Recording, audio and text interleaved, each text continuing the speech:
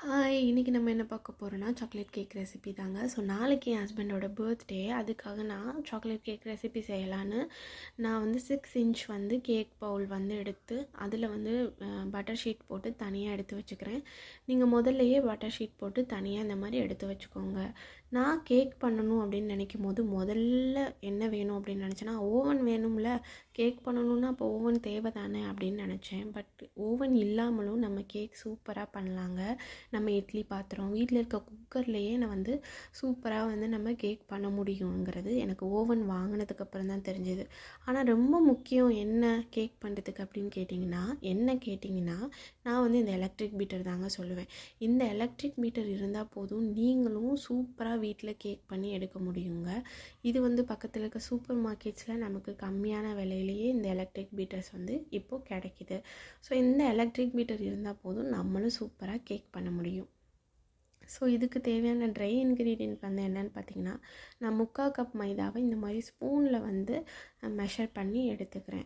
So இதுக்கு தேவையான வெட் ingredient வந்து என்னென்னு பார்த்தீங்கன்னா, மைதா மாவு. அது வந்து 3/4 கப் மைதா மாவு எடுத்திருக்கேன். 3/4 கப்புக்கு 1/2 கப் அளவு சுகர் வந்து எடுத்திருக்கேன். So baking powder and baking soda இது ரெண்டுமே வந்து நீங்கள் கேக்கில் வந்து சேர்த்துக்கோங்க. வேணாம் அப்படின்னா பேக்கிங் சோடா மட்டும் நீங்கள் விட்டுட்டு பேக்கிங் பவுடர் மட்டும் போட்டு நீங்கள் கேக் பண்ணலாம். அப்போயும் கேக் வந்து சூப்பராக தான் வரும். ஸோ இதுக்கு 3 முட்டை வந்து நான் எடுத்திருக்கேன். இதை வந்து நம்ம எக் யோகையும் ஒயிட்டையும் செப்பரேட் பண்ணி பண்ண போகிறோம். நல்ல குவாலிட்டியான ஒரு சாக்லேட் பவுட்ரு வாங்கிக்கோங்க.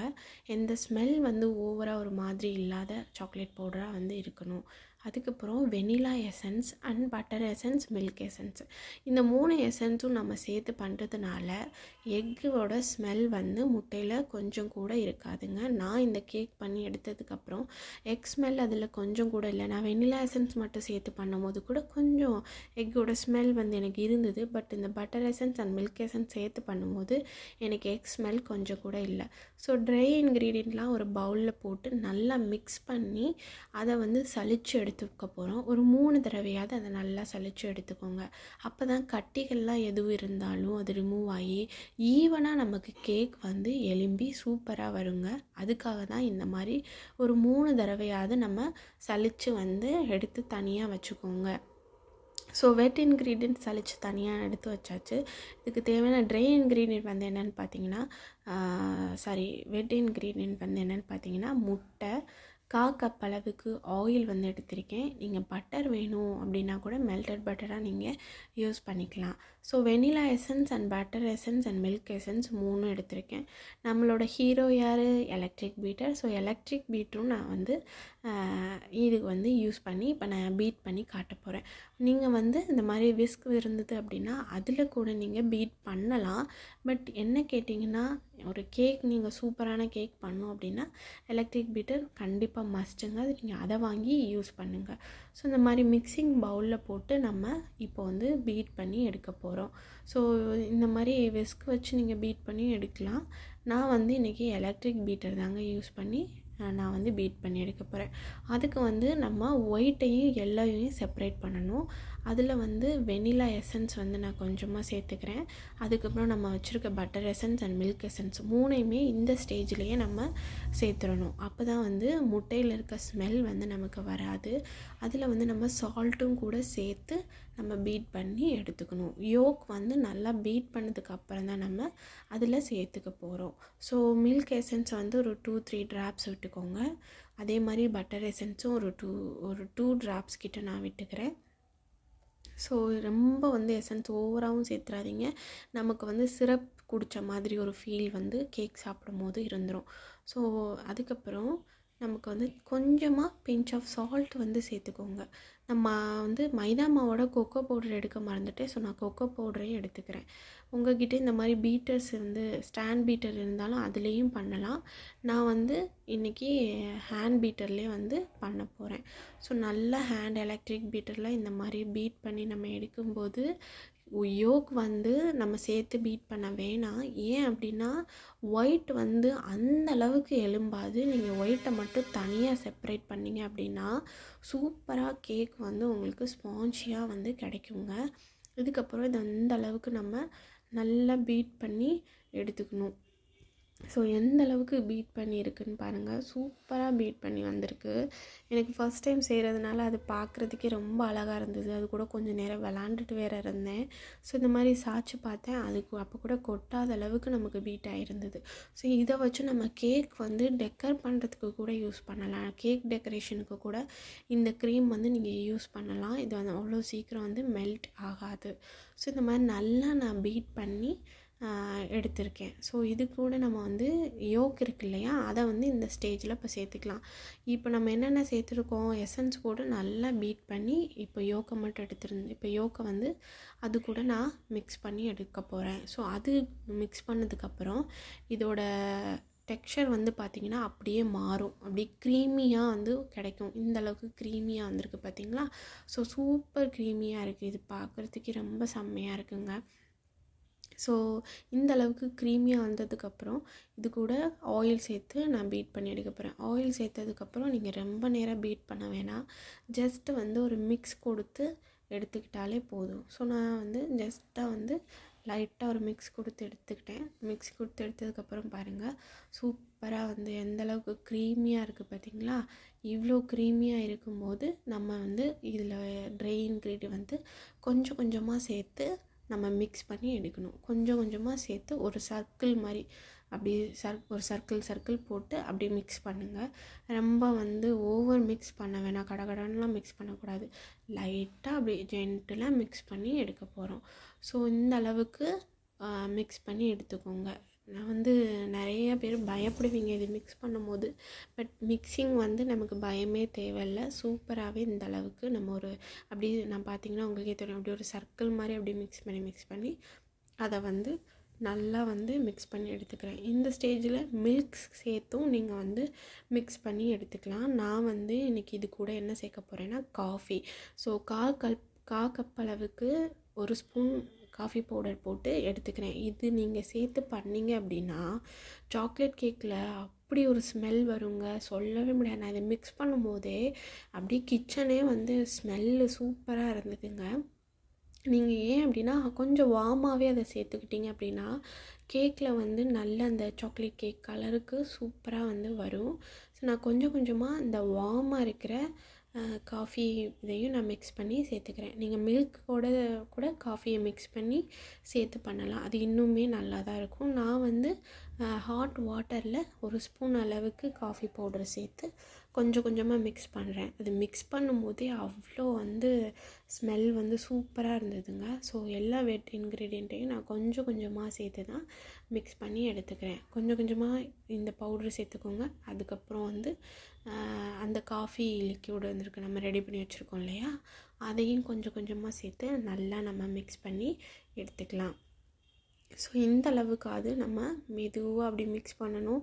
ஸோ பயப்படாமல் மிக்ஸ் பண்ணலாம். ஏன் அப்படின்னு கேட்டிங்கன்னா, இது வந்து அவ்வளோ சீக்கிரம் நம்ம எலக்ட்ரிக் பீட்டரில் பண்ணியிருக்கிறதுனால அவ்வளோ சீக்கிரமாலாம் வந்து ரொம்ப இதெல்லாம் ஆகிடாது. ஸோ அப்படியே அந்த எலும்பி இருக்கிறது அப்படியே தான் நமக்கு இருக்கும். அப்படியே தான் இருக்கணும். அந்தளவுக்கு தான் நீங்கள் பண்ணணும். ஸோ நல்லா இந்த மாதிரி மெதுவாக நான் மிக்ஸ் பண்ணி எடுத்துக்கிறேன். இது மிக்ஸ் பண்ணும்போதே எனக்கு அவ்வளோ எக்ஸைட்டடாக இருந்தது, எப்படி கேக் வரப்போகுது அப்படின்னு. ஏன்னா நான் ஃபர்ஸ்ட் டைம் வந்து ஒரு கேக் வந்து இதுக்கு முன்னாடி 2-3 டைம் பண்ணியிருக்கேன். பட் அதெல்லாம் சும்மா நம்ம அப்பப்போ செஞ்சு சாப்பிட்றதுக்காக பண்ணுறது. பட் இது பர்த்டேக்காக பண்ணுறதுங்கிறதுனால எனக்கு வந்து ரொம்ப எக்ஸைட்டடாக வந்து நான் அதை வந்து பண்ணிகிட்டு இருந்தேன். ஸோ கடைசியாக வந்து நான் அதையும் போட்டு நல்லா மிக்ஸ் பண்ணி எடுத்துக்க போகிறேன். மீதி இருக்கிற இந்த காஃபி பவுடர் இருக்கு இல்லையா, அதையும் நம்ம காஃபி லிக்யூட் இருக்கு இல்லையா, அதையும் நம்ம கொஞ்சம் கொஞ்சமாக சேர்த்து நல்லா ஃபைனலாக இந்த அளவுக்கு நம்ம பீட் பண்ணி எடுத்தது எந்த வகையிலையும் குறைஞ்சிடக்கூடாது. குறையாமல் அதே மெத்தட்லேயே மெதுவாக பீட் பண்ணி எடுத்துகிட்டு நான் பவுலுக்கு வந்து சேஞ்ச் பண்ணி எடுத்துக்க போகிறேன். ஸோ பவுலில் சேஞ்ச் பண்ணும்போது நம்ம கவனிக்க வேண்டியது என்ன அப்படின்னு பார்த்திங்கன்னா, அதை வந்து ஈவனாக பண்ணி விட்ருங்க கடைசியில். அதுக்கப்புறம் அதில் இருக்க ஏர் பபிள்ஸ் வந்து உள்ளே வந்து இருக்கும் கண்டிப்பாக. அதையும் வந்து நம்ம எடுத்து விட்டுட்டோம் அப்படின்னா கேக் வந்து எழும்பும்போது வரக்கூடிய எந்த பிரச்சனையுமே வந்து வராது. ஸோ அந்தளவுக்கு நம்ம கேக் வந்து மோல்டில் மாற்றி அதை வந்து நல்லா நம்ம இந்த மாதிரி இது பண்ணி தட்டி எடுத்துக்கோங்க. அப்போ அதில் இருக்க ஏர் பபிள்ஸ்லாம் நமக்கு வெளியே வந்துடும். இல்லைன்னா ஒரு ஸ்டிக்கர் இருந்தது அப்படின்னா அதை வச்சு கூட நீங்கள் அப்படி எடுத்து விட்டிங்க அப்படின்னா ஏர் பபிள்ஸ் எல்லாம் வெளியில் வந்துடும். ஸோ ஓவனில் வந்து நம்ம வைக்கும்போது எல்லோரும் 180 டிகிரிக்கு வைக்கணும் அப்படின்னு சொல்லுவாங்க. பட் இந்த மாதிரி நான் வந்து ஐஎஃப்பி வச்சுருக்கேன். 180 டிகிரியில் ஃபஸ்ட்டு நான் இந்த மாதிரி ஸ்பாஞ்ச் கேக் ட்ரை பண்ணும்போது எனக்கு கருகிருச்சு. ஸோ 180 டிகிரி இல்லாமல் 160 இல்லைன்னா 170 அந்த ரேஞ்சிலேயே நீங்கள் வச்சு ஓவனில் பேக் பண்ணி எடுத்தீங்க அப்படின்னா நமக்கு கேக் வந்து பர்ஃபெக்டாக வரும். அந்த மேலே இருக்கிற அந்த லேயரை மட்டும் நம்ம ரிமூவ் பண்ணிவிட்டு யூஸ் பண்ணணும். ஸோ நான் வந்து எனக்கு கேக் வந்து ரொம்ப ரொம்ப சூப்பராக வந்துருந்துச்சு. ஸோ மேலே வந்து பார்க்கும்போது ஹார்டாக தெரியுது. இதே நீங்கள் 180 டிகிரியில் வச்சு பண்ணும்போது கண்டிப்பாக மேலே கருகி அப்படி தான் இருக்கும். அதை வந்து நீங்கள் வந்து ரிமூவ் பண்ணுற மாதிரி இருக்கும். ரொம்ப கேக்கில் வந்து வேஸ்டேஜ் வந்து அதிகமாக போகிற மாதிரி இருக்கும். ஸோ எனக்கு கேக் வந்து ரொம்ப ரொம்ப சூப்பராக ஜூஸியாகவும் இருந்ததுங்க. பார்க்குறதுக்கு ரொம்ப ட்ரையாக இல்லாமல் ஓரளவுக்கு அப்படியே வந்து அப்படியே கூட நம்ம எடுத்து சாப்பிட்லாம் அந்தளவுக்கு.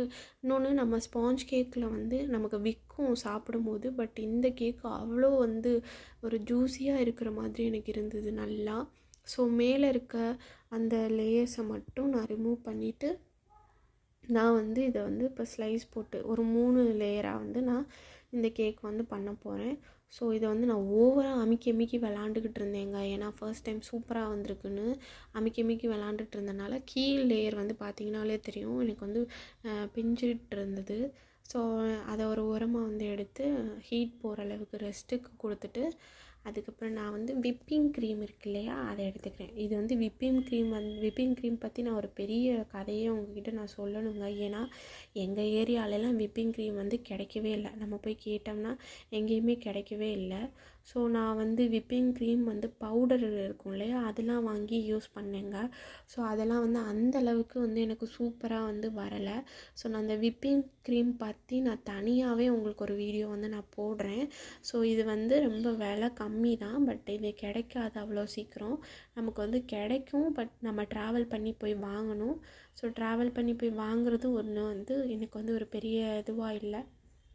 ஸோ நான் போயிட்டு ட்ராவல் பண்ணி வாங்கிட்டு வந்தேன். ஸோ நான் விப்பிங் க்ரீம் பற்றி உங்களுக்கு தனியாகவே நான் வந்து சொல்கிறேன். ஸோ நான் இந்த மாதிரி வந்து சாக்லேட் எசன்ஸ் இருக்குல்லையா, அது கொஞ்சமாக நான் சேர்த்து, ஏன்னா சாக்லேட் கேக் இல்லையா, அதனால் அதில் சாக்லேட் எசன்ஸ் கொஞ்சம் சேர்த்து நான் அந்த மாதிரி பீட் பண்ணி தட்டி அந்த ஓரம் இதில் இருக்கு இல்லையா, அதை வந்து தட்டிக்கிட்டு இருக்கேன். நான் தட்டி இந்த அளவுக்கு நான் வந்து பீட் பண்ணி சூப்பராக இருந்தது.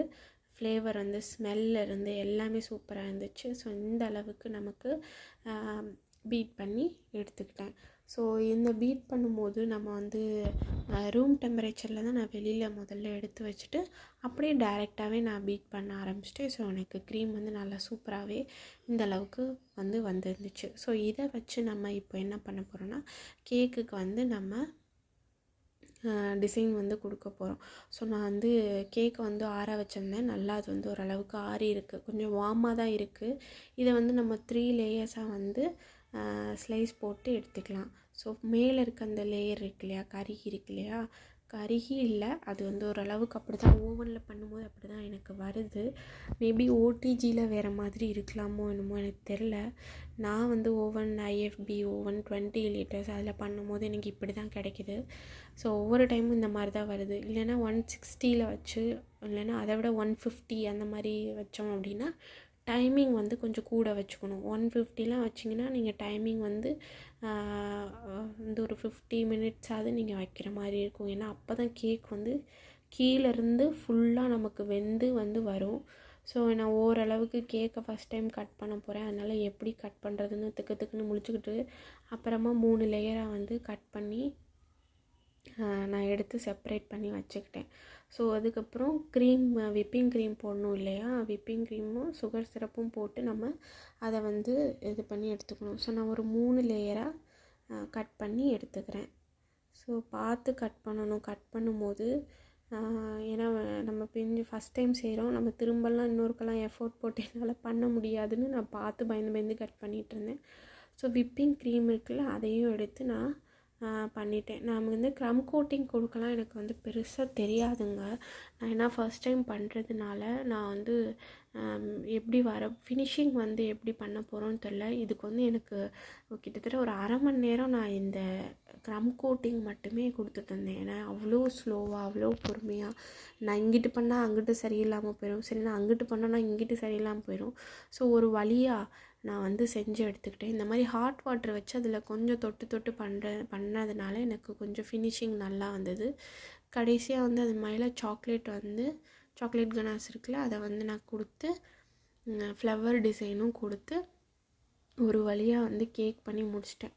இதுக்கு வந்து எனக்கு எவ்வளோ நேரம் ஆச்சுன்னா கிட்டத்தட்ட 3 மணி நேரத்துக்கிட்ட வந்து இந்த மொத்தமாகவே எனக்கு டைம் ஆச்சுங்க கேக் பண்ணி எடுக்கிறதுக்கு. ஸோ ரொம்ப ரொம்ப ஃபினிஷிங் வந்து பார்க்கும்போது ரொம்ப ரொம்ப சூப்பராக இருந்தது. நம்ம எப்படி பண்ணுறோமோ இல்லையோ ஃபினிஷிங் நல்லபடியாக முடிச்சிட்டோம் அப்படின்னா கேக் வந்து அழகாக வந்துடும். எனக்கு வந்து பார்க்குறதுக்கே ரொம்ப பிடிச்சிருந்தது கேக்கு. ஸோ என் ஹஸ்பண்ட் என்ன சொல்ல போகிறாங்களோ இதை பார்த்துட்டு அப்படின்னு நினச்சிட்டு செஞ்சிட்ருந்தேன். அவங்க என்ன சொல்லுவாங்கன்னா இதைத்தான் நைட்டு பூரா உட்காந்து ஒட்டிக்கிட்டு இருந்தியான்ற மாதிரி எனக்கு வந்து மூஞ்சி அப்படி காமிச்சிட்டு போயிடுவாங்க. ஸோ ரொம்ப ஆசையாக ரொம்ப லவ்வோடு பண்ண கேக் வந்து ஓரளவுக்கு சூப்பராக அப்படி வந்துச்சு. ஸோ ஃபினிஷிங் பார்த்திங்கன்னா தெரியும் எந்த அளவுக்கு வந்திருக்குன்னு. இன்னுமே வந்து இதில் ஏதாவது டெக்கர் பண்ணணும்னு நினச்சி இந்த மாதிரி ஒரு சாக்லேட் இருக்குல்ல, அதை வந்து ஒன்று மேலே ஒன்று வச்சுவிட்டா இன்னுமே அழகாக இருக்குமே அப்படின்ட்டு அந்த கேக் மேலே கொஞ்சமாக ஒரு சாக்லேட் மட்டும் வச்சு பண்ணிட்டேன். கவர் நான் வந்து பிரிச்சுட்டு வைக்கல, நான் சும்மா அப்படியே அது மேலேயே வச்சு எடுத்துக்கிட்டேன். ஸோ ஃபினிஷிங் இப்படி தாங்க கேக் இருந்தது. ரொம்ப சூப்பராக இருந்தது, சாப்பிட்றதுக்கும் ரொம்ப ரொம்ப சூப்பராக இருந்தது. அந்த சுகர் சிரப் வந்து நம்ம சாக்லேட் கேக்கை பொறுத்த வரைக்கும் கொஞ்சம் எக்ஸ்ட்ரா ஊற்றிக்கோங்க, இல்லைன்னா நமக்கு வந்து ஒரு மாதிரி ட்ரையாக இருக்கிற மாதிரி ஃபீல் ஆகும். ஸோ அந்த சிரப் வந்து நம்ம சாக்லேட் கேக்கை பொறுத்த வரைக்கும் கொஞ்சம் எக்ஸ்ட்ரா தான் அதில் வந்து நம்ம போடுற மாதிரி இருக்கும். வெனிலா கேக் மற்ற ஸ்பாஞ்சை விட சாக்லேட் கேக்குக்கு. ஸோ ஃபினிஷிங் இப்படி தான் இருந்துச்சு. ஸோ ஃப்ரிட்ஜில் எடுத்து நான் ஸ்டோர் பண்ணி வச்சுட்டேன். ஹஸ்பண்டுக்கு வந்து தெரியவே தெரியாது நான் பண்ணது. ஸோ பார்த்துட்டு ரொம்ப கண்மணி சூப்பராக இருக்குது, அழகாக இருக்குது அப்படின்னு சொல்லிட்டு இருந்தாங்க. So thank you friends. நீங்களும் இந்த மாதிரி கேக் வீட்டில் ஃபஸ்ட் டைம் ட்ரை பண்ணிங்கன்னா அதோட எக்ஸ்பீரியன்ஸ் எப்படி இருந்ததுன்னு என் கூட ஷேர் பண்ணிக்கோங்க. நான் ஃபஸ்ட் பண்ண கேக் எனக்கு ரொம்ப ரொம்ப பிடிச்சி எக்ஸைட்டடாக பண்ண கேக் சூப்பராக வந்திருந்தது. ஓகே ஃப்ரெண்ட்ஸ், நம்ம நெக்ஸ்ட் வீடியோவில் பார்க்கலாம். பாய்.